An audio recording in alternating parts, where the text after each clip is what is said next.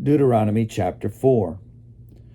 So now, Israel, give heed to the statutes and ordinances that I am teaching you to observe, so that you may live to enter and occupy the land that the Lord, the God of your ancestors, is giving you.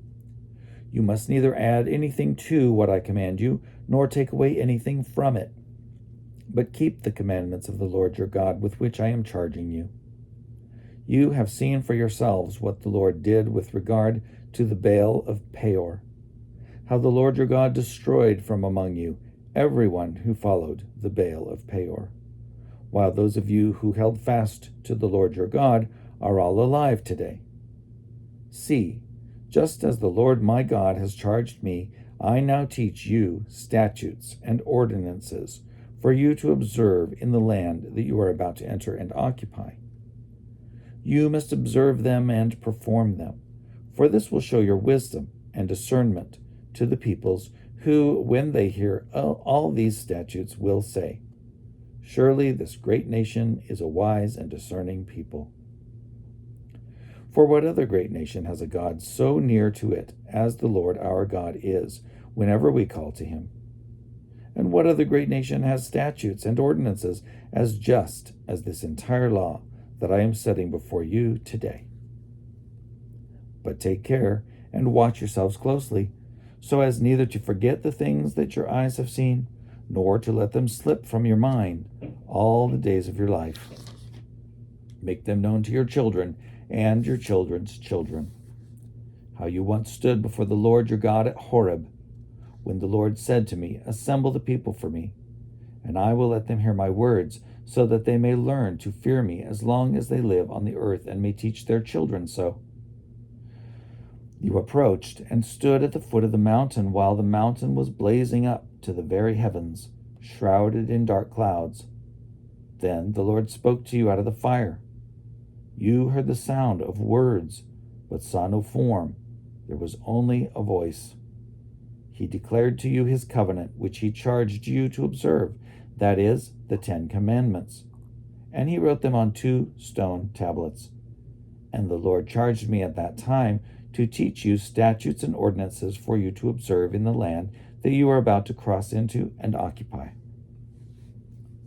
Since you saw no form when the Lord spoke to you at Horeb out of the fire, watch yourselves closely, so that you do not act corruptly by making an idol for yourselves in the form of any figure, the likeness of male or female, the likeness of any animal that is on the earth, the likeness of any winged bird that flies in the air, the likeness of anything that creeps on the ground, the likeness of any fish that is in the water under the earth.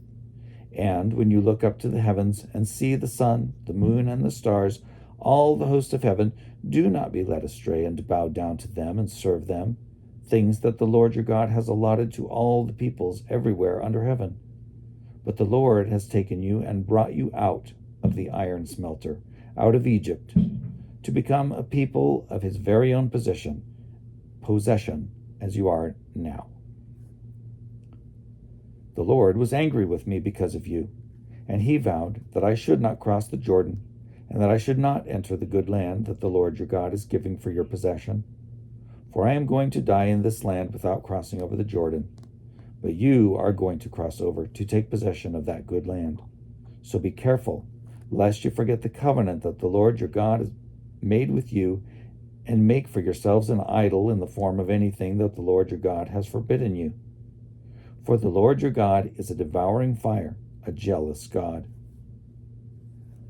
When you have had children and children's children, and become complacent in the land, if you act corruptly by making an idol in the form of anything, thus doing what is evil in the sight of the Lord your God, and provoking him to anger, I call heaven and earth to witness against you today, that you will soon utterly perish from the land that you are crossing the Jordan to occupy. You will not live long on it, but will be utterly destroyed. The Lord will scatter you among the peoples. Only a few of you will be left among the nations, where the Lord will lead you. There you will serve gods made by human hands, objects of wood and stone, that neither see, nor hear, nor eat, nor smell. From there you will seek the Lord your God, and you will find him if you search after him with all your heart and soul.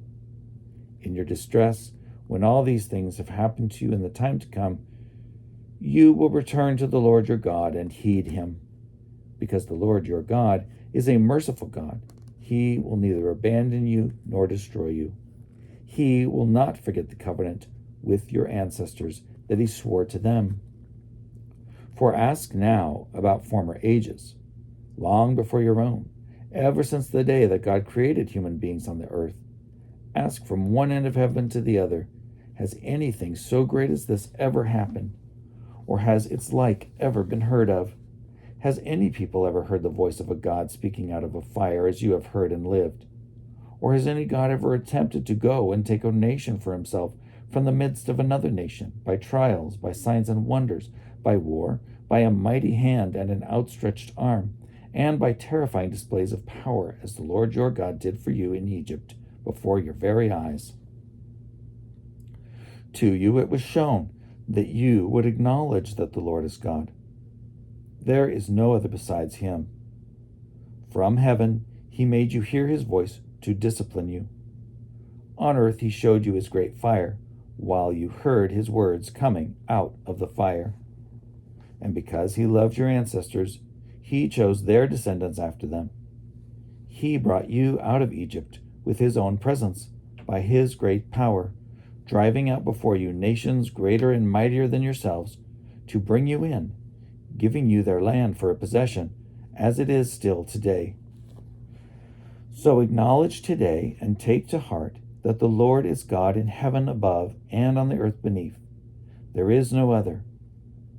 Keep his statutes and his commandments, which I am commanding you today for your own well-being and that of your descendants after you, so that you may long remain in the land that the Lord your God is giving you for all time.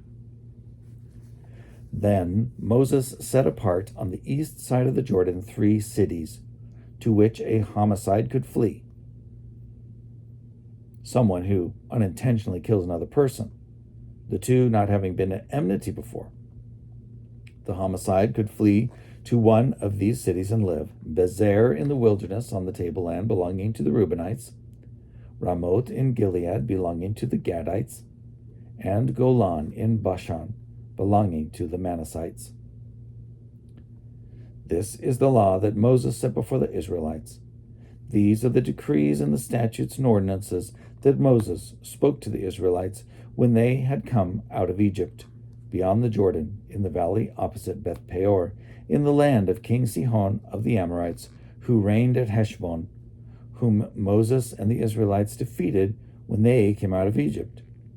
They occupied his land and the land of King Og of Bashan, the two kings of the Amorites, on the eastern side of the Jordan, from Aroer, which is on the edge of the Wadi Arnon, as far as Mount Sirion, that is, Hermon, together with all the Arabah on the east side of the Jordan, as far as the sea of the Arabah, under the slopes of Pisgah.